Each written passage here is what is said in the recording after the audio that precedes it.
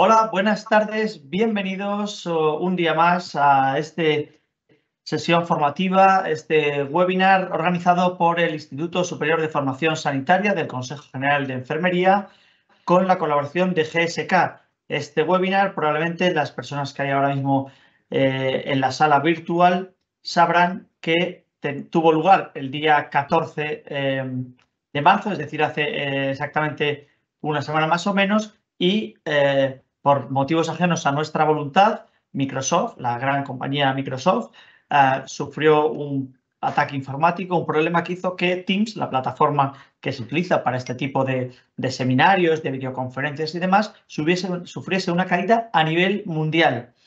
Habéis podido ver, nosotros grabamos el programa, grabamos todo el webinar con las ponencias de los expertos, hicimos el debate correspondiente y lo habéis podido ver durante toda esta semana en el canal de YouTube de ISFOS, con lo cual la formación se ha hecho y, aunque se han diferido, un montón de gente, más de 600 personas, 700, ya lo han visto, pero quedaba pendiente el que pudieseis tener la oportunidad de plantear en directo a los expertos en lupus que habíamos reunido, pues las distintas cuestiones que os asaltaban sobre tratamientos, sobre los cuidados que deben recibir estos pacientes pues tan especiales.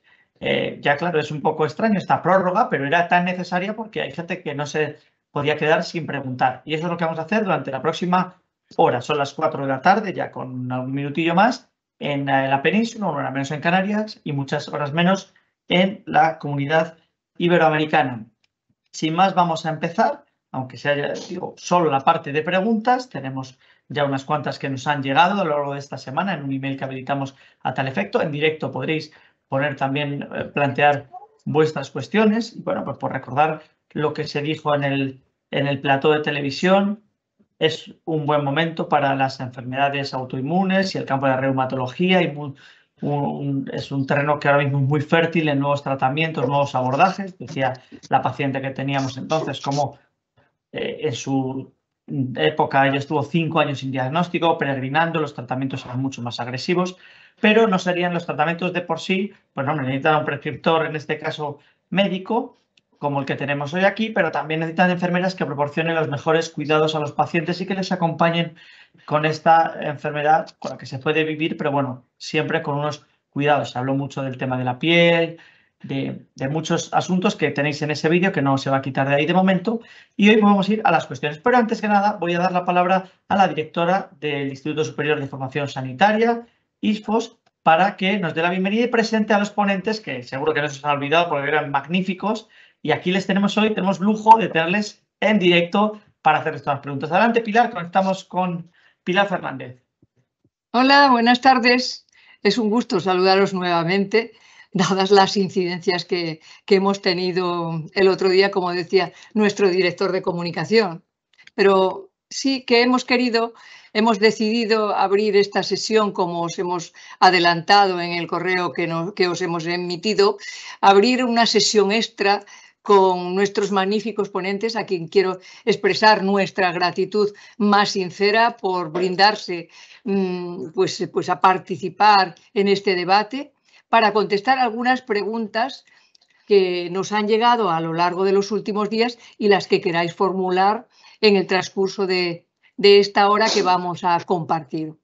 Hoy nos acompañan ya no desde el plató de Canal Enfermero Madrid, sino desde sus respectivos lugares de residencia, los ponentes, don José Rosas Gómez de Salazar, recuerdo, que es el jefe de sección de reumatología del Hospital Marina Baixa de Villajoyosa, Alicante, doña Patricia García Casado, enfermera del Servicio de Reumatología del Hospital Universitario Ramón y Cajal de Madrid, y doña Susana Fernández Sánchez, enfermera del Servicio de Reumatología del Hospital de Santa Creu y Sant Pau de Barcelona y coordinadora del Grupo de Trabajo de Enfermería de la Sociedad de Reumatología.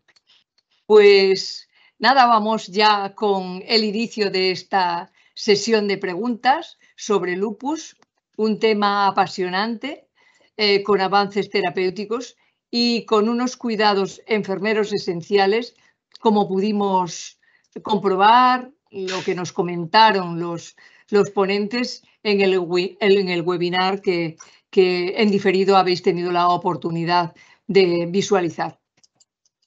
Que sepáis que como adelantaba David, ahora a última hora, más de 1000 personas han visualizado este webinar ya en este momento.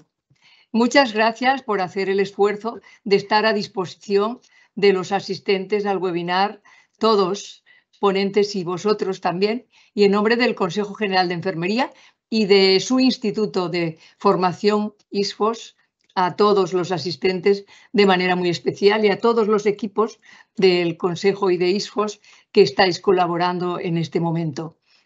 Os recordamos que apostamos por la mejor formación de las enfermeras y los enfermeros y que siempre estaremos a vuestra disposición para lo que necesitéis. Y aprovecho también para desearos unas felices vacaciones de Semana Santa, que creo que vamos a tener mal tiempo en toda España. Por tanto, pues bueno, pues que lo disfrutéis, que descanséis y muchísimas gracias. Saludos a todos.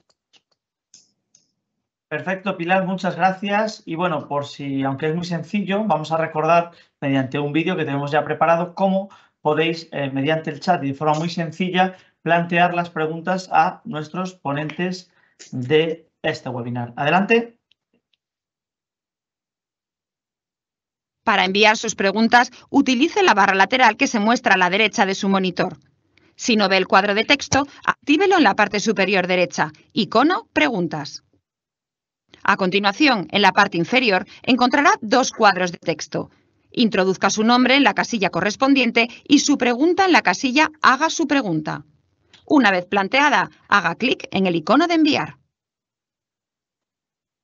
Bien, bueno, pues como podéis comprobar, esto es muy sencillo y ya hay gente que nos ha mandado preguntas a lo largo de la semana que le han surgido según iba un poco viendo el vídeo que teníamos del debate.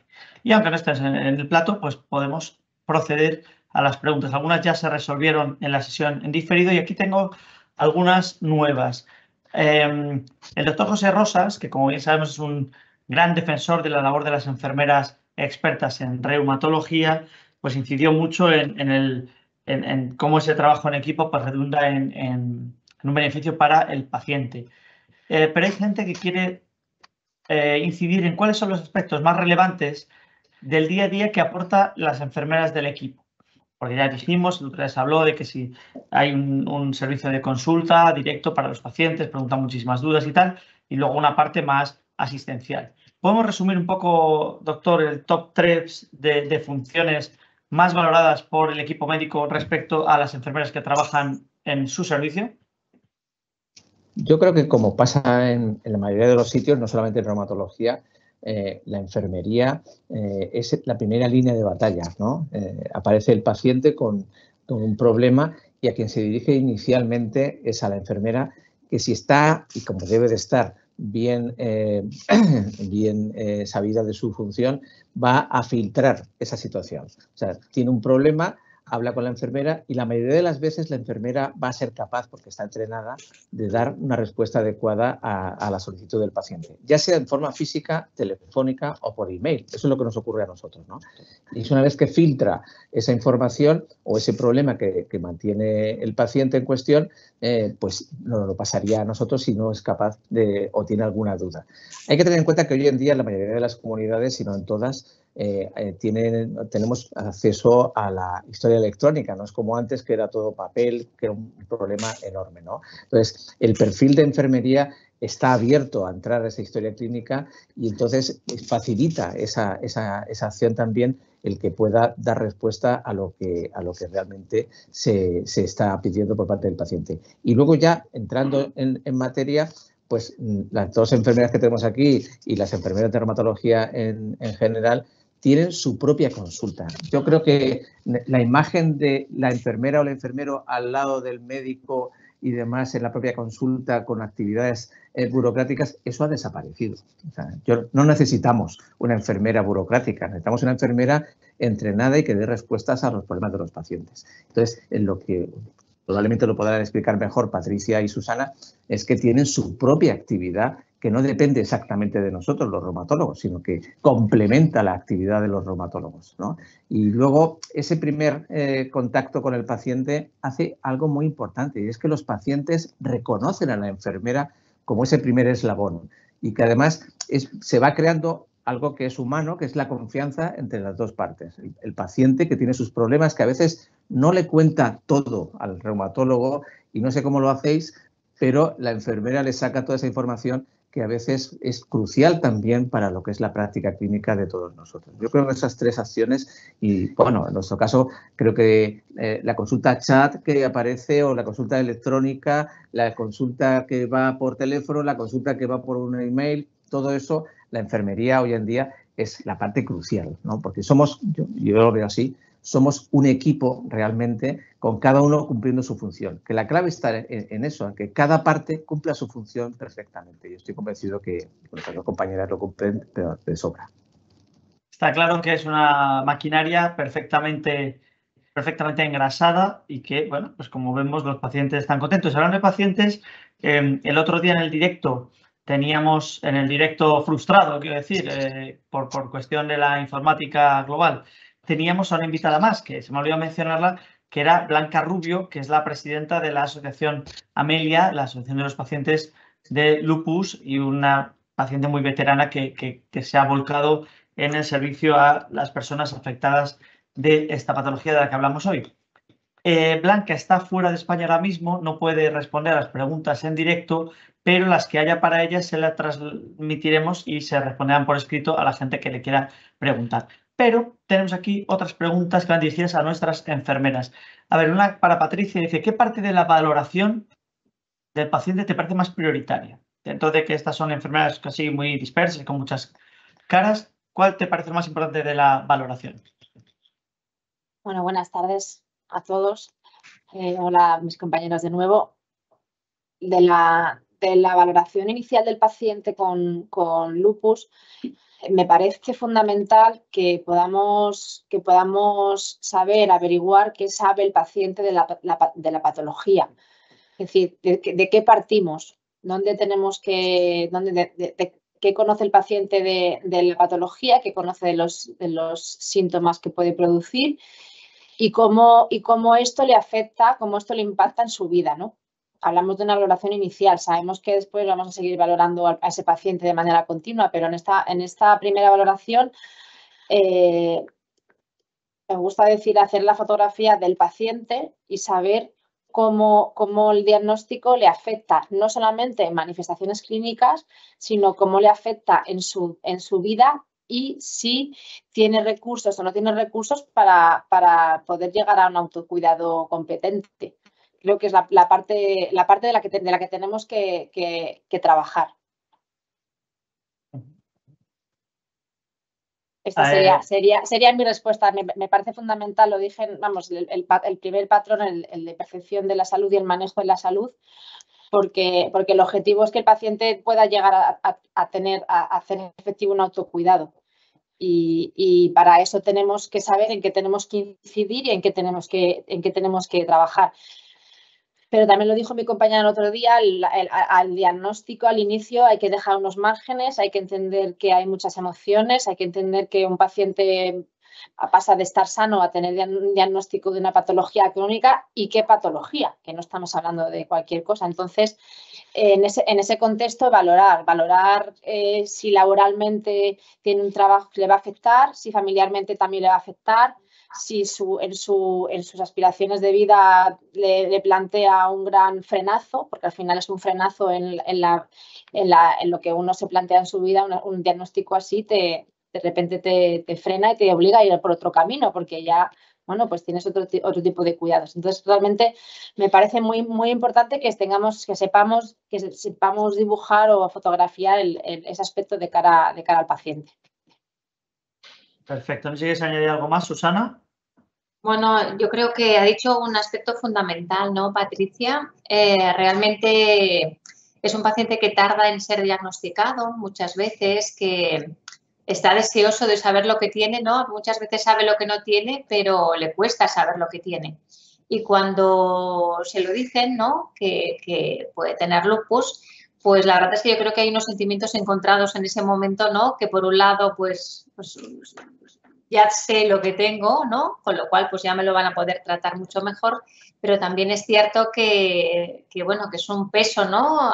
Que tiene sobre los hombros porque muchas veces es un gran desconocimiento y también porque el lupus, pues podemos tener desde un lupus, pues a veces sin querer lo llamamos lupitos, ¿no? Porque es un lupus que quizá pues con un Dolquine y con poca cosa más no le da muchas más complicaciones a la persona, pero hay otros lupus, ¿no? Que hay realmente mucha mayor afectación y mucha mayor complejidad, ¿no?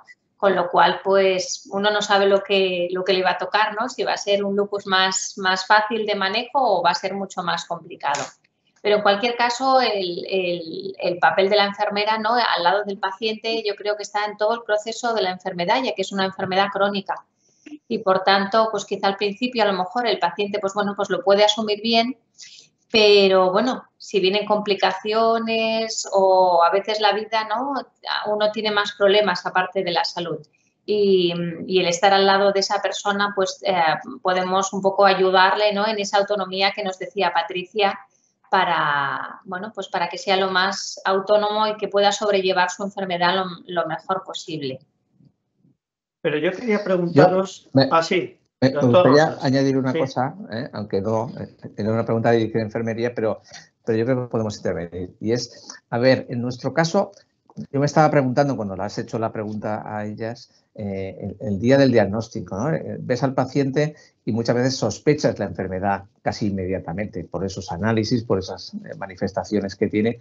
Los lupitos, muchos son, gracias a Dios, son lupitos. No todos los lupus tienen los lupus brutales y todos están afectados al riñón. No, eso no es así.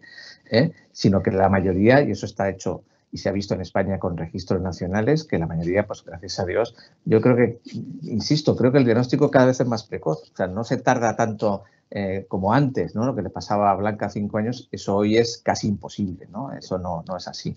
Pero a mí, por ejemplo, lo que me gustaría decir es que yo a los pacientes, no solamente con lupus, sino con cualquier enfermedad autoinmune, yo les cuento la película entera. Entera significa de que la primera, yo sé que provoco un shock en el paciente porque le acabas de decir que tiene una enfermedad crónica, incurable y que las manifestaciones son estas y demás y tal, pero también les doy la salida y les doy la salida diciendo que es que hay tratamiento eficaz y que hoy en día un paciente con lupus hace una vida habitualmente totalmente normal. Que la mayoría de la gente no sabe que tiene esa enfermedad por su aspecto, probablemente. A lo mejor en verano un poco más, porque están más pálidos, pero en general no. Entonces, yo creo que eso es importante y luego aparece la enfermera que refuerza y que ese primer shock muchas veces os va a preguntar a vosotras más aspectos, ¿no? Pero hablamos de todo, incluso si son pacientes jóvenes, se les dice, oye, ¿y vas a poder tener hijos? Lo más probable, sin ningún problema, haciendo las cosas razonablemente. Y vas a poder trabajar, etcétera, pero vas a tener que llevar unos controles que yo creo que es lo que es más importante. Tiene que saber que esta enfermedad hay que respetarla, porque si no respetas a esta enfermedad, la enfermedad te puede hacer daño. Yo creo que esa es la adherencia al tratamiento, que vosotras sois cruciales en ese tipo de situaciones. Y desde el principio tienen que saber la verdad. Yo, si tuviera una enfermedad de este tipo, me gustaría saber desde el principio a qué me voy a enfrentar y saber si realmente hay soluciones a esta situación. No quiero enrollarme más, pero me gustaría, me gustaba poder decirlo. José, yo quiero seguir hasta ahí lo que me parece muy importante, pero yo creo que la diferencia a lo mejor entre consultas es lo que recibe en ese primer momento, la información que recibe y la que procesa. Y la que luego, cuando tú retomas en otro momento, el otro día hablábamos que el diagnóstico no es un día, ¿no? Es un proceso de diferentes visitas. A mí me llama mucho a veces la atención de qué pasará por la cabeza de un paciente cuando tú le explicas algo y a las 2 semanas te pregunta sobre algo que tú le has explicado. O él se ha quedado con algo que tú le has dicho. Es decir, es un poco como escuchan a lo mejor la palabra embarazo y se han quedado con esa idea y a lo mejor han entendido que van a tener problemas. Porque, o sea, la información está claro que hay que darla, pero hay que reforzarla y hay que valorar bien lo que han entendido, porque en muchas ocasiones pasa el tiempo y cuando haces refuerzos de intervenciones respecto, por ejemplo, a la administración de medicación, se les ha olvidado, ¿sabes? De lo que tú les has explicado se les ha olvidado y ahora de repente empiezan a decir que tú nunca le has dicho que alternara la zona de inyección. Entonces, es importante que haya una continuidad de esa información, y le contrastemos, y yo creo que es fundamental, y yo en mi caso con la doctora García Villanueva, que es la que lleva la sección de autoinmunes, luego confrontamos un poco qué nos ha parecido. ¿A ti te ha parecido que esta paciente, pues yo creo que está un poco, bueno, pues estaba todavía un poco en shock, o que yo creo que no entendí, bueno, un poco ese post-acto, porque al final es lo que hablamos, una enfermedad que es que de primeras te dicen que tienes un lupus y bueno, el shock es grande, entonces es muy importante. Y luego también saber hasta qué punto esa persona tiene la capacidad de entender e ir adaptándonos. Hay gente que es más avispada o que está más preparada para recibir ciertas noticias y hay otras personas pues que se bloquean, pero no se bloquean un día, es que a lo mejor se pasan meses bloqueados y tú hasta que te das cuenta que van un poco como autómatas, se toman la medicación, hacen esto y lo otro, pero realmente no han llegado a entender de qué se trata el asunto, ¿no? Y de qué se trata su patología. Entonces, me parece que en eso, como equipo que somos y que dejamos claro el otro día, somos complementarios. Es el mantener la información y el corroborar, oye, realmente, porque le pasará también a Susana, que de lo que yo sé que decís vosotros a lo que luego nos comunican en las consultas de la enfermera, dices, esto es para escribir una película de ciencia ficción. Luego vais y le contáis lo que no le han contado al reumatólogo. Oye, que esto, que aquello y que lo de más allá. Que tengas en cuenta esto y aquello. Que su realidad personal, laboral, familiar es esta, pero esa no te la ha contado, ¿no? Efectivamente. De hecho, hoy mi día ha sido un poco básicamente ese abordaje extra que además dices, oye, que las situaciones estresantes no te vienen bien. No nos viene bien a nadie, pero vosotros, a ver, que tienes que tener un poco de cuidado y en eso, bueno, la verdad es que también es verdad que requiere mucho tiempo, ¿eh? Es un esfuerzo. Y la familia. Hay un aspecto que no debemos olvidar, que es la familia, la pareja. Los hijos muchas veces no, a no ser que sean personas muy mayores, pero la pareja es fundamental. Como la pareja no entienda de qué va esto, pues puede ser un problema incluso. Sí, totalmente. Y los padres, claro, hablamos de los pacientes pediátricos. Exacto. Claro. Yo la verdad es que lo que decís, lo interesante de todo esto, ¿no? Es que cada persona, ¿no? Pues lógicamente va a reaccionar de una forma diferente en todo su proceso de enfermedad. Pero sí que es cierto que cuando muchas veces se le da el diagnóstico, a veces hay personas, ¿no? Que luego después, cuando pasan con nosotros a nivel de enfermería, ¿no? Para que les expliquemos un poquito, resolvamos dudas o digamos los aspectos más importantes de cómo cuidarse, pues a veces te encuentras con pacientes que de alguna forma pues están como si fuesen una momia, ¿no? Como que no quieren hacer, no tengo preguntas, ¿no? Que quizá a lo mejor pues necesita más tiempo para asimilarlo todo, o quizá a lo mejor te encuentras aquellos pacientes que antes de que tú digas nada, a lo mejor ya ¿no? Es como se han abierto. Como se ponen a llorar, pero es como una explosión de emociones que no pueden llegar a contener. Quizás se han ido conteniendo en la visita médica y ya cuando les cambian, ¿no? Y ya pues se derrumban, ¿no? Pero al final es estar allí, da lo mismo. Es decir, a veces hay gente que se derrumba, pues estar allí al lado suyo, acompañarla, como aquella persona que la ves pues mucho más, como no que niega las cosas, porque no es la palabra adecuada, pero tiene una actitud un poquito más, pues dejar la puerta abierta, ¿no? Y dejar todo el proceso y acompañarla en todo el proceso, y no solamente a la paciente, sino como decía José, pues también a la familia, porque también es muy importante que se sientan entendidos, porque si no se sienten entendidos por la familia, pues realmente es un aspecto, ¿no? De apoyo social que no tienen, ¿no? Y eso es un aspecto importante. Y quizá a lo mejor los talleres, ¿no? Los talleres de enfermería, quizá pueden ayudar si vienen a la visita con la familia, pues eso lógicamente puede ayudar un poco a entender y a que la paciente se sienta muchísimo más acompañada por todo su entorno, ¿no? Os quería preguntar una cosa, porque se ha mencionado lo importante es que la gente se cuide, sea consciente de la patología que tiene, que, oye, gracias al avance de la ciencia puedes vivir una vida bastante normal, pero sabiendo en qué tienes que vigilar o qué tienes. Entonces, en la pesadilla que puede suponer tener un paciente poco adherente, ¿qué es lo peor que os encontráis? ¿Cuál es un poco el perfil que más teméis en cuanto a la adherencia? ¿Gente joven o gente que tenga problemas familiares o de trabajo? No lo sé si hay un perfil tipo que cuando entra a la consulta dice, este no va a ser buen cumplidor y se va a encontrar con las consecuencias de no llevar bien el tratamiento. No lo sé si existe un perfil ya estipulado. Yo ahora cuando dices eso, ahora me ha venido a la mente aquellas personas que tienen muchos miedos a los efectos secundarios de los tratamientos. Da lo mismo a cualquiera, ¿no? Quizá porque han tenido, bueno, pues experiencias anteriores y da lo mismo lo que les des muchas veces, ¿no? Sino simplemente, bueno, su miedo a un efecto secundario, pues muchas veces les hace, ¿no?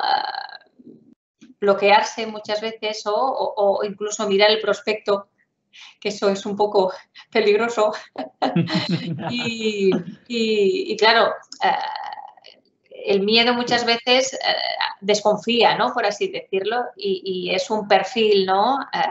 De aquel que puede dificultar un poco la no adherencia, ¿no? Ese es el primero que yo pienso. No sé si José o Patricia piensan en otro perfil diferente, pero ese es el primero que me ha venido a la cabeza. A mí es que me viene algo que no, que verdad que me cuele, José, Pepe, me he colado.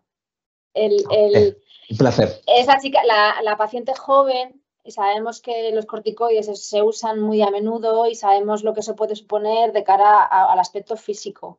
Entonces, es un problemón, porque al final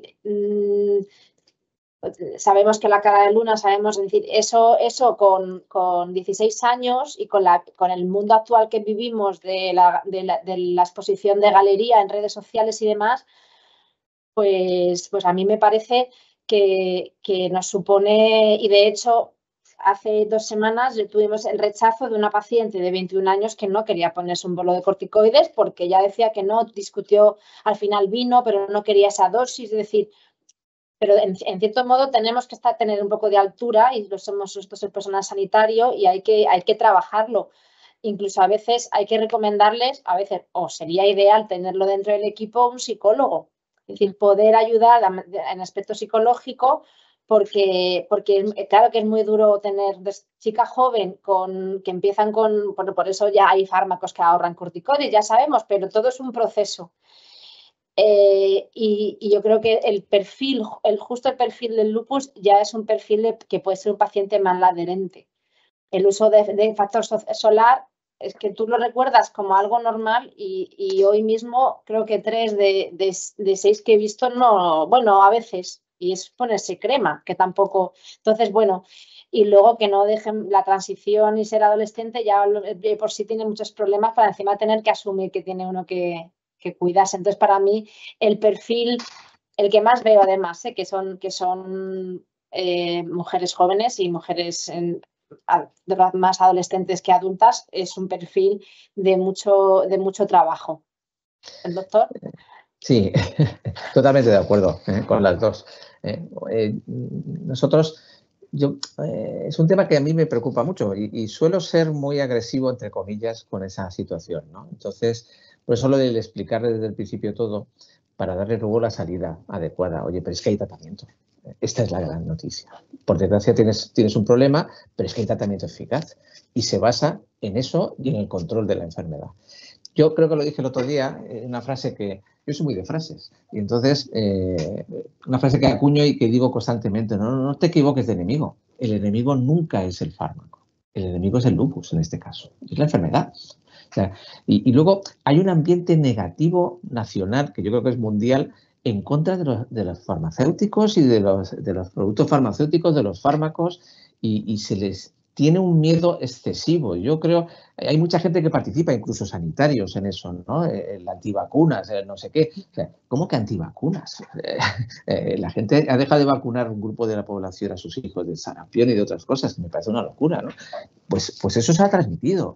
Y hemos vivido, por ejemplo, vosotros seguro que os acordáis de lo que ocurrió con la vacuna del papilomavirus, eran gente joven y al final pues no estaba relacionado con...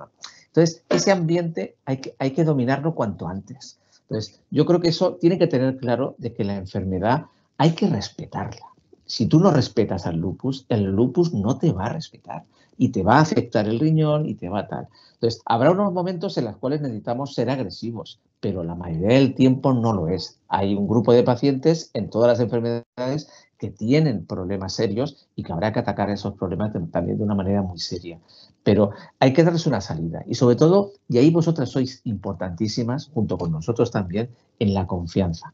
Si no nos ganamos la confianza del paciente y de la familia, la hemos liado. Y en una enfermedad como este tipo, lo de chica, déjatelo que tú estás bien, el amigo, incluso médico que entra a opinar, también tengo una frase ahí, el que quiera opinar que se quede con el paciente. ¿De acuerdo? Esto de opinar y de hacer que la gente deje de tomarse el fármaco o que se lo tome de mala manera, tiene consecuencias. La primera causa de fracaso terapéutico es que el paciente no hace el tratamiento. Entonces, yo creo que es un aspecto enormemente importante y que si ahí no lo conseguimos, vamos a fracasar con el paciente. Lo del psicólogo, fantástico, pero no están, ni se les espera. Ese es un problema. La teoría es estupenda y la fachada es estupenda, pero no están. Entonces, estáis comentando... o están en algún sitio que no sé qué hospital es, porque si vosotras dos, que sois hospitales fantásticos, no tenéis el psicólogo, pues tengo que contar. Yo tengo que dar... Pues... Sí, lo sé. La verdad es que yo creo que está a pocas horas porque debería de dar más apoyo, sí, y realmente estar pagado por el mismo hospital y por el mismo servicio, es decir, tener 40 horas para reumatología, porque sí que es cierto que está para enfermedades inflamatorias más autoinmunes, ¿no? Como lupus, esclerosis sistémicas, etcétera, pero yo creo que las artritis reumatoides o cualquier otra enfermedad inflamatoria, si el paciente no acepta su enfermedad, tenemos un gran problema. Y si no hace los tratamientos o no es adherente a los tratamientos, tenemos un gran problema. Por tanto, yo creo que los psicólogos deberían de estar en las unidades, es decir, poder tener ese acceso de ayuda, porque realmente es un aspecto muy importante para la adherencia, para el autocuidado y para todo. Aquí no hay, pero hay veces que tienes que decir, oye, a lo mejor tienes que invertir. Es un artículo de lujo, totalmente de acuerdo. Pero hay veces que, bueno, pues tienes que poner sobre la mesa, oye, mira a ver si la opción vía sistema público puedes acceder y si no, pues es un esfuerzo y soy plenamente consciente de ello. Es un artículo de lujo, no sé si cambian las cosas, parece que la salud mental parece que está también queriendo un poco... Ojalá. A ver si es verdad, ¿no? Es verdad que empezamos a tener un psicólogo de cabecera como el médico o algo, pero un mejor acceso, pero que al final, bueno, pues hay muchos tipos de pacientes, también sabes a quién se lo tienes que ofertar. Es decir, tú conoces las capacidades de cada paciente y no a todo el mundo le puedes poner el caramelo en la boca y decirle, pues, ¿por qué no te buscas un psicólogo y le dices a 80 euros la sesión? Pero hay otros pacientes que sí. Entonces, en eso también se trata un poco individualizar y saber quién tienes delante, que delante se llama María Pérez y no es un lupus, es María Pérez. Y María Pérez tiene sus circunstancias y es más, yo alguna vez que he derivado a pacientes o le he aconsejado, han venido y me han dicho, Patricia, es que me ha cambiado la vida porque no me han quitado la enfermedad, pero me han dado herramientas que yo no tenía para poder manejarlo y al final salimos ganando todos. Pero vamos, totalmente de acuerdo que no están, aquí no hay, yo no puedo derivar a nadie, ni mucho menos al psicólogo, pero sí recomendarles el que lo tengan en cuenta y que el psicólogo no es cosa de locos. Ese papel lo hacéis muy bien las dos.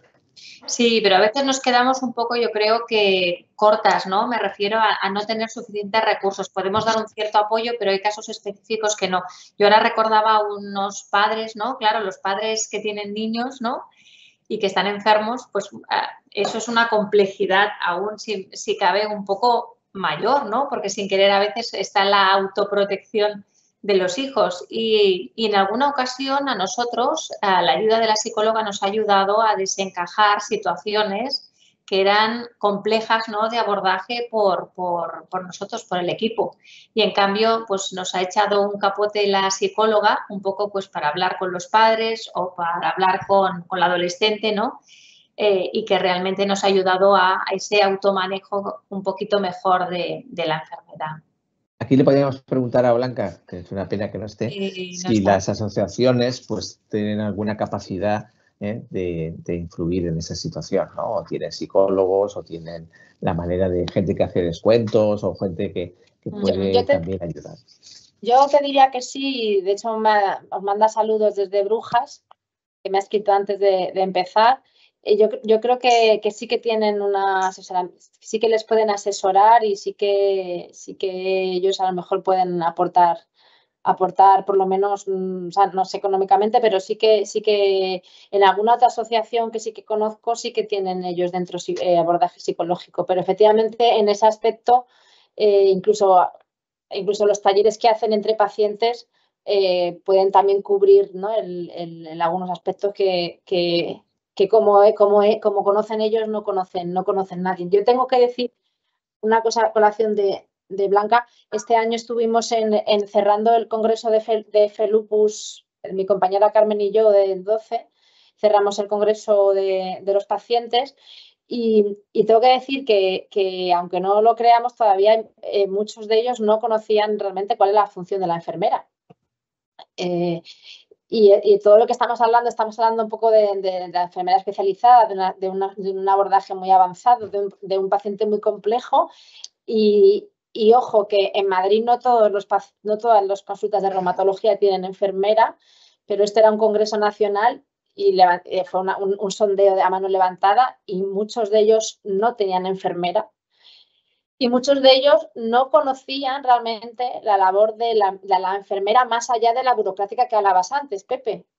Entonces, que también tenemos mucho trabajo las enfermeras de dar a conocer cuál es nuestra labor. No conocían que hay enfermeras doctoras, por ejemplo, ¿no? Como que les hacían así los ojos chiribitas de cómo va a haber una enfermera doctora, que hasta se nos ha ido. Entonces, bueno, pues que también invito a seguir trabajando y dar visibilidad también a nuestro trabajo, porque es fundamental. Y es fundamental que lo reclamen sabiendo lo que hacemos, que no siempre lo saben. Bueno, que una persona del público, Marta, justo lo habéis resuelto, pero vamos, hablaba de que es fundamental que las enfermeras, o sea, si no tienes psicólogo, al menos cuentes, veremos cómo, con herramientas psicológicas para ayudar, que vosotras es evidente que las tenéis, pero un poco a base de esfuerzo personal.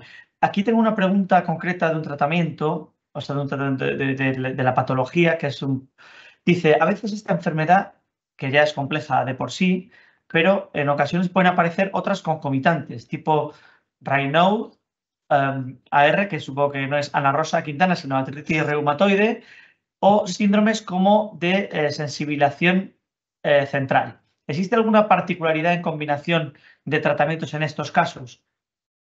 No sé si se refieren si se pueden sumar al lupus, porque sí, concomitantes con el lupus, dicen. Sí, concomitante, por definición, si tienes un lupus no tienes una artritis reumatoide. Además, son enfermedades que, aunque puedan tener cosas comunes como es la artritis, pues incluso la artritis es diferente, ¿no? O sea que si tienes artritis reumatoide no puedes tener un lupus. A veces puedes tener serológicamente en la sangre anticuerpos que te puedan complicar al principio saber si realmente es una artritis reumatoide o es un lupus, ¿no? Pero hay una serie de manifestaciones tan típicas y algunos anticuerpos tan típicos en una enfermedad y la otra que la idea, yo creo que hay que transmitir es que no puedes tener las dos enfermedades, ¿de acuerdo? No se suma, ¿eh? Y la sensibilización, pues que llegaríamos a la fibromialgia, pues entonces sí, la fibromialgia puede asociarse a cualquier enfermedad autoinmune, por ejemplo, ¿no? Pero la artritis reumatoide o una artritis psoriática no puedes tener esas enfermedades y además tener los lupus. Eso sí que no. Y además es muy importante tener claro cuál es la enfermedad que tienes, porque los tratamientos van a ser en muchos casos diferentes, ¿no? Entonces, es una pena que le des un fármaco que es de la artritis reumatoide y que sabemos que no funciona en el lupus. Por ejemplo, los biológicos anti-TNF son fantásticos en la artritis reumatoide, pero en el lupus no aportan apenas nada. Hay otros biológicos que sí que en cambio son específicos para el lupus que no funcionan en la artritis reumatoide. O sea, que ahí es un papel que el reumatólogo tiene que dejar bastante claro. Y hoy en día se puede hacer. Perfecto. Hay una pregunta para Susana que recuerda a alguien que en tu exposición de hace unos días y que os recuerdo podéis ver en YouTube todavía, remarcaste la importancia del control y prevención de la osteoporosis en estos pacientes. Entonces, ¿por qué hiciste tanto hincapié en esto, Susana? Bueno, pues quizá por muchos factores, pero sobre todo por decir dos que quizás son los más importantes. En primer lugar, como decíamos, estos pacientes pueden tomar prednisona y la prednisona aumenta el riesgo tomada de forma mantenida y a dosis pues más o menos altas, pues de que esos pacientes tengan mayor riesgo de osteoporosis. Es cierto que las guías, ¿no?, que estuvimos diciendo y que podéis ver en el webinar, pues lo que indican, ¿no?, es que la idea es pues dosis lo más pequeñitas posibles y si es posible pues retirarla, pero vaya, la idea es las menores dosis posibles. Y por otro factor, David, muy importante, y es porque estos pacientes nosotros les decimos que sobre todo es, como decía Patricia, la importancia de la protección solar, porque muchas veces el sol puede ser un desencadenante de un brote de lupus, ¿no? Por tanto, si estos pacientes nosotros estamos diciendo que se protejan del sol, ¿no?, que se pongan un gorro, que se pongan una camiseta finita en verano, pues lógicamente pues pueden tener un déficit de vitamina D, con lo cual pues es algo que también hemos de valorar, es decir, que realmente es un factor, aparte de otros factores, ¿no?, como la importancia del riesgo cardiovascular, que yo creo que José Rosas ahí detrás, o Pepe Rosas, tiene ahí el score, ¿no?, ahí colgado en el corcho. Y exacto. Y no tan solo el riesgo cardiovascular, sino también pues las vacunas, es decir, que sería un compendio de cosas que no tendríamos que olvidar en este tipo de pacientes, pues para cuidarlos un poquito mejor. La tensión, muy importante. Estaba todo preparado, ¿eh? O sea, esto estaba... Nos lo creemos. Oye, un inciso, nos escribe una compañera de la asociación Amelia, de la asociación que preside Blanca, hoy ausente por encontrarse en un sitio tan fantástico como Brujas, por cuestiones de trabajo y de defender los derechos de los pacientes. Y Elena, compañera de Blanca, confirma que sí, que la asociación tienen psicóloga y que les podéis derivar, bueno, en su caso a los pacientes de Madrid, se les puede derivar a la asociación. Esperemos que esto sea la tónica en el resto de asociaciones. Hay aquí una pregunta interesante también que dice, ¿cuáles son los signos de alarma más importantes a tener en cuenta en un paciente que sí tiene buena adherencia? O sea, está haciéndolo todo fantástico y sin embargo llega a la consulta y la cosa no va bien. ¿Cuál podrían ser esos signos de alarma que nos preguntan? Bueno, si queréis contesto yo, ¿no? Por ejemplo, como una de las cosas que más nos preocupan en la afectación renal es la aparición reciente de edemas, de que se nos hinchen los tobillos a esas personas y que produzcan lo que llamamos edemas, ¿no?, que dejas un hoyuelo cuando presionas con el dedo a la altura del tobillo. Eso es un aspecto que nos preocupa mucho porque nos puede estar diciendo que está perdiendo proteínas y, por tanto, solamente por perder proteínas ya sabemos que el riñón ya está afectado. Habrá que evaluarlo de forma más definida, pero eso es un aspecto muy importante. Y luego, a propósito de que he sacado el aparato de la tensión, el aumento de la tensión. El aumento de la tensión en un lupus es también otro aspecto muy, muy relevante y muy preocupante.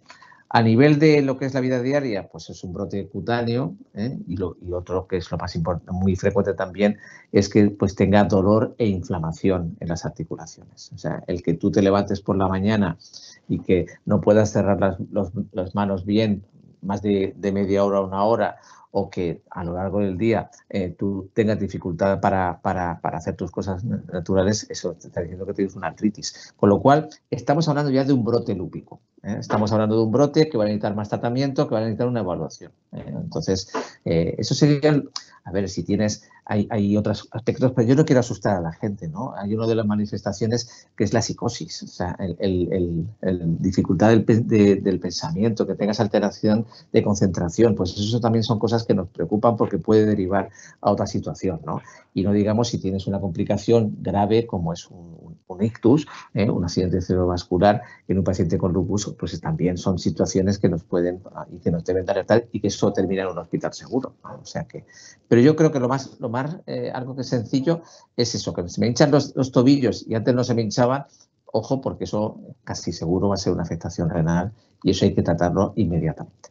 Yo creo que, como dice Pepe, muchas veces, ¿no? Yo creo que puede que sea un brote de lupus, puede que no lo sea un brote de lupus, pero al final pues está, ¿no? Pues esa detección o por el médico de cabecera o por el equipo suyo de reumatología, ¿no? Que puede de alguna forma descartar y decir si sí es o al final no es, ¿no? Pero yo creo que ante la duda, pues yo creo que el paciente siempre debe de acercarse para poder descartarlo, ante la duda de posiblemente de poderlo tener o no tener. Yo tengo una pregunta para mis compañeras, ¿eh? Y un poco porque hay que tener en cuenta, como decíamos también el otro día, que quien nos escucha no son enfermeras de reumatología, son enfermeras que están en los centros de salud o en otro sitio, pero que no son enfermeras que están en un servicio de reumatología, ¿no? Y yo creo que hay que buscar y encontrar la manera de que haya una mejor comunicación entre vosotras, entre los dos estamentos, ¿de acuerdo? Yo no sé si el acceso a vuestras consultas de los pacientes con patología inflamatoria en general y con el lupus en particular es un acceso rápido, es un acceso que está totalmente estipulado y que los pacientes saben realmente que pueden acceder de forma rápida, ¿no? Yo creo que sí, seguro, ¿no? Yo, por ejemplo, ahora nos dice Patricia, pero yo, por ejemplo, al final tienes el teléfono de acceso y tienes el mail de acceso. Pero a veces somos, desgraciadamente, a veces nosotros, especializada puede acceder a veces más rápido que atención primaria, que yo creo que eso no sé si es bueno, también os lo dejo ahí en la mesa. Pero sí que es cierto que en nuestro caso el hecho de que tengan un mail de contacto y un teléfono de contacto para el paciente es un instrumento con mucha facilidad, que tiene el síntoma el domingo por la mañana y lo deja escrito, ¿no? Y a lo mejor tú cuando le llamas el lunes pues resulta que ya se encuentra mejor, ¿no? Pero en cualquier caso tú te encuentras ahí el mail. El acceso hay que educarles en eso también. Hay que educar, súper importante la educación. Yo creo que en mi caso yo creo que tenemos mucho trabajo, ¿no? Para mejorar y para hacer, pero en cualquier caso el paciente tiene un acceso rápido si lo necesita. Y luego después nosotros hemos de priorizar lógicamente esa atención porque para eso tenemos un poco más el conocimiento sobre esa patología. El paciente, y yo también diría que vuestras compañeras que están fuera del hospital, ¿no? Esa enfermera que toma la atención y tal, sabe que tiene un lupus y detecta. Yo voy a contar un caso que nos llamó la atención el otro día, de que de repente nos mandan una hoja de consulta de ojos. Oye, que no habéis visto a este paciente que dijimos hace 4 meses que tenía una toxicidad retiniana por hidroxicloroquina. Claro, nos pusimos nerviosos a ver qué ha pasado aquí, y lo curioso es que el oftalmólogo había diagnosticado la toxicidad, pero no le dijo al paciente que dejara el tratamiento. Entonces, al final sí que había venido el paciente, porque claro, se preocupan, son preocupones, e inmediatamente acudió su reumatólogo y se la quitó, pero no lo quitó del sistema de prescripción, con lo cual el oftalmólogo creía que seguía tomando. Vale. Pero no se le ocurrió al oftalmólogo, oiga, déjelo.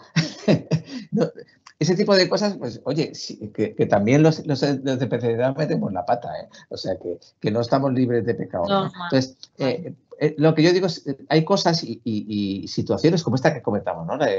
Una enfermera de atención primaria que le toma la atención porque controla la tensión de un paciente hipertenso y tal y cual, y tiene un lupus y ve que se le ha subido mucho y tal, pues puede tener la ligereza de decir, oye, contacta con tu médico de primaria o con tu reumatólogo, con la enfermera de reumatología de tu hospital, porque la tensión te ha subido. Y eso hay que ver exactamente por qué. No es simplemente ajustar el tratamiento, sino ver si realmente se coincide con algún otro tipo de problema, ¿no? Por poner un ejemplo. O sea que... Un poco a colación en lo que has dicho de la educación. Bueno, aquí en mi caso acceden como pueden, porque como pueden, solicité un teléfono móvil para tener acceso de otra manera más fácil, pero está costando y bueno, pues al final mi teléfono lo tiene, pero no todos los pacientes con lupus lo tienen por abordaje, porque yo no veo a todos. Entonces, bueno, es mejor, estamos en ello y es mejorable y está claro que paciente que viene, o sea, al final, pero si viene a la puerta se le va a atender. Eso sí, aunque no, efectivamente no siempre es lo mejor. Pero a colación de las señales de alarma, el tema de la educación, una paciente que empezó, pues, adolescente, que lo llevó muy mal, que no lo asumió, el otro día vino porque tenía calvas en la cabeza. Y entonces me hizo mucha gracia, entre comillas, porque dijo, efectivamente, hicieron analítica, parece que había empezado a haber un poco de daño renal y demás. Y me dijo, jo, Patri, es que yo esto hace unos años lo hubiera visto y no le hubiera dado ninguna importancia. Yo no hubiera sabido que era una señal de que estaba con un brote. Digo, claro, Alejandra, fulanita, es que tenías 17 años, 20 años y ahora tienes 30. Pues todo, y tampoco podíamos exigirte que con todo el contexto, con esa edad y demás, encima, pues que las señales, pues ahora de esto se trata también madurar, ¿no? Y dar la educación. Ella se vio esto y se vino para acá, pues en otro momento no hubiera venido. Así que efectivamente hay que enseñarles mucho a que ellos manejen y efectivamente cuando se te ha caído una pestaña, pues no va a ser, no pasa nada, ¿sabes? Pero otras cosas sí. Sí, yo creo que realmente lo que es muy importante la educación al paciente, por supuesto. Y es cierto lo que dice Pepe, que realmente en mi caso, no haciendo pues crítica, porque siempre uno tiene que hacer crítica para mejorar, si no, uno no mejora. Es cierto que, por ejemplo, nosotros a nivel de gestoras de casos de atención primaria tienen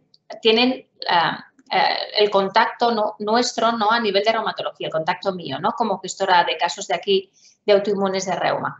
Pero lo que es la enfermera al uso, ¿no? Que no es gestora de casos en la área básica de salud de la atención primaria, sí que es cierto que a lo mejor pues, no tiene ese contacto, ¿no? Con la especializada, en este caso conmigo, ¿no?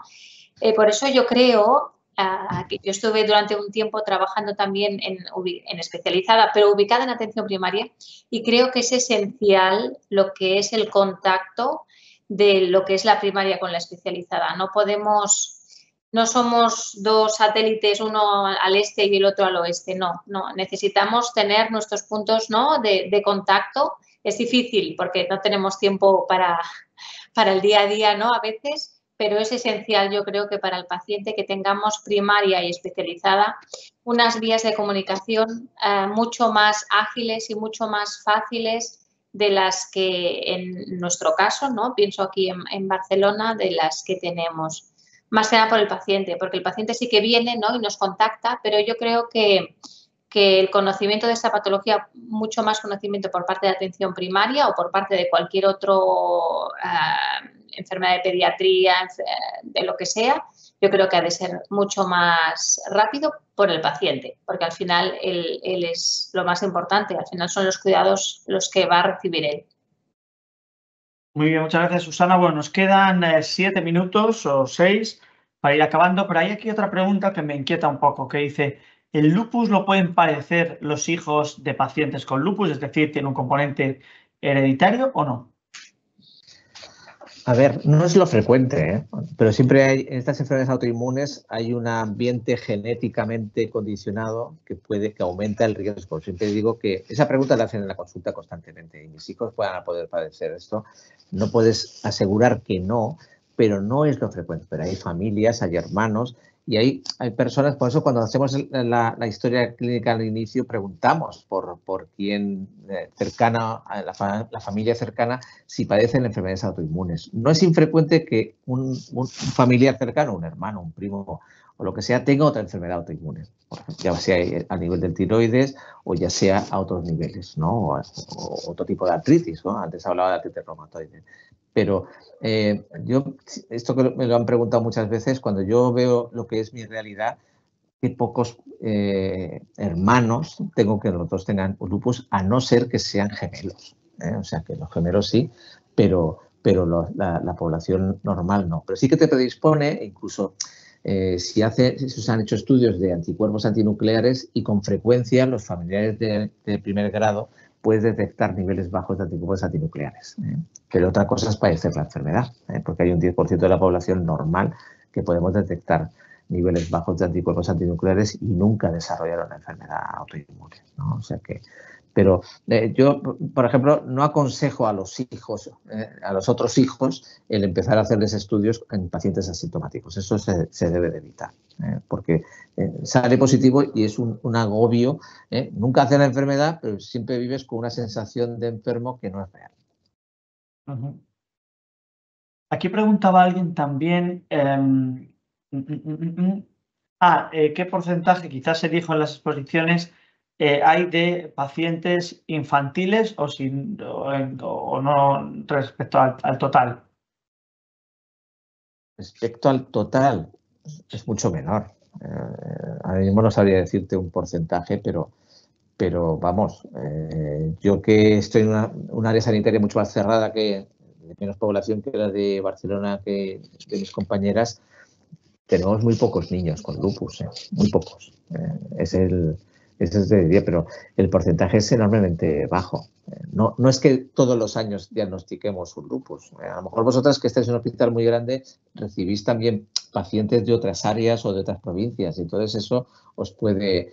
Pero yo, que lo tengo más cerrado, pacientes con lupus, en los 30 años que yo llevo aquí en mi hospital, niños que debuten como lupus infantil es muy, muy raro. Es verdad que si debuta hay que llevar mucho cuidado porque son enfermedades graves. En los niños el lupus se considera una enfermedad habitualmente muy grave. O sea que debutan mucho más con riñón y debutan con más complicaciones serias que los adultos incluso. Bueno, afortunadamente la prevalencia es muy baja, como comentamos. A ver, aquí hay alguna pregunta más de una compañera para Patricia y Susana. Dice que si utilizáis también el mail para resolución de problemas o dudas de medicación, y que si a la vez se refuerza de esa manera los conceptos de educación sanitaria a través de esa vía, o es inviable con el trabajo normal que tenéis. Yo, por ejemplo, a nivel, el mail es, a ver, es simplemente detectar qué es lo que le pasa al paciente, ¿no? Entonces, en base al mail que recibas, puedes decir, más vale que llame por teléfono al paciente y nos vamos a aclarar mucho más por teléfono, ¿no? Pero sí que es cierto que el mail puede servir de ayuda, por ejemplo, yo qué sé, pues como una pauta, ¿no? Escrita, ¿no? Que quede escrito y que el paciente lo reciba, por ejemplo. Puede servir un poco también como de refuerzo incluso a la técnica de administración de un tratamiento. Yo me acuerdo que con toda la época que tuvimos COVID, que gracias a Dios vamos olvidando, pues muchas veces el paciente, a lo mejor teníamos que hacer una educación del dispositivo mediante la cámara, ¿no? Y bueno, pues al final tuvimos que hacer vídeos pequeñitos, ¿no? De educación, de refuerzo, de cómo se tenía que autoadministrar el tratamiento. Pues quizá el mail le puede servir al paciente, ¿no? Para que reciba ese vídeo de 1 o 2 minutos para reforzar la técnica. El mail al final tienes los que son urgentes y lógicamente tienes que priorizar con mayor rapidez, David, pero luego después hay un montón de mails que pueden ser, bueno, y me puedo poner un piercing, me puedo hacer un tatuaje, es decir, hay cosas que realmente son importantes y tal, pero hay otras que realmente, pues quizá a lo mejor hemos de educar al paciente, como decíamos, pues porque a lo mejor son cosas no urgentes que puede esperar al día de la consulta, porque al final tenemos una carga de atención muy importante y si no es que nos vamos a desbordar por tanta cantidad de accesos y de mails que tenemos. No sé si Patricia quiere añadir alguna cosa más. Sí, el mail sirve como depósito. Tú tienes hay una nota de alguien y tú luego decides actuar en base a lo que ponga también ese mail, y efectivamente hay que explicarles para qué se tiene que utilizar, para que no gestionamos citas, ¿vale? Que no, si no han podido contactar con el administrativo, que no es cosa nuestra, pero sí que, a ver, yo lo utilizo mucho, no lo contesto siempre, pero lo utilizo mucho porque es la manera que me llega la información, y luego intento, que es importante y lo hacemos todos, que concilien bien las visitas. Intento cuadrar, como esos pacientes tienen que venir a muchas consultas, pues en una consulta que vengas a otra cosa, pues vente por aquí si tienes algún problema, y la presencialidad siempre que no le suponga un esfuerzo extra. Es decir, que yo siempre me acoplo a un poco la dinámica de visitas.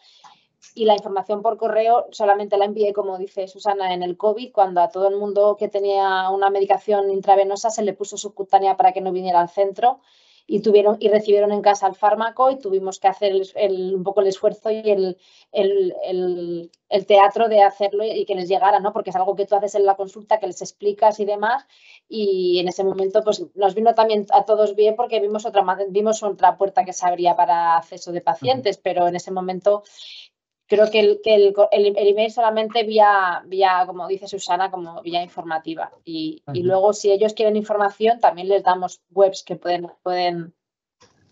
Ajá. Yo estaba oyendo hablar y decía, ¿cómo debe de ser un servicio de reumatología sin enfermera? O sea, Pues, imaginaros el trabajo que se realiza por parte vuestra, que si no hay enfermera, y con todo el respeto a los auxiliares y al personal que nos ayuda en las consultas, ¿no? Pero el papel de una enfermera es brutal. Es que no se me ocurre otra palabra que lo describa. Pues nos vamos a quedar, doctor, con esta frase. Es un buen colofón, decir, ¿cómo sería un servicio de reumatología sin enfermeras? Pues un infierno y un desastre. Hemos llegado al final de esta sesión extra, de esta prórroga de aquel webinar fallido por culpa de la informática y los servidores internacionales y los hackers y toda esta gente que nos privó de tener en directo la sesión. Ha sido muy fructífero. Se han quedado sin responder varias preguntas, pero que yo creo que están respondidas si nos vemos el vídeo completo anterior sobre temas de embarazo, sobre temas de diagnóstico, de cuán rápido puede ser y alguna duda más sobre formación, de cómo una enfermera se puede formar en reumatología. También sé que salieron aquel día. Y sin más, nos tenemos que despedir, no sin dar las gracias a nuestros 3 ponentes de la semana pasada y que han hecho doblete hoy, sacando tiempo de donde no lo hay.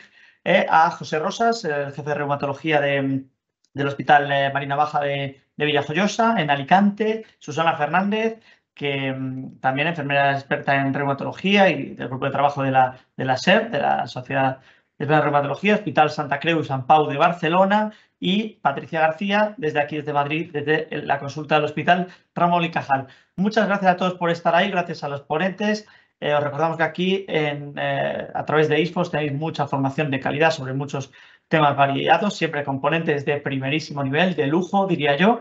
Y sin más, nos despedimos. Hasta la próxima. Un abrazo a todos. Adiós. Un abrazo y gracias a todos. Un placer, un placer.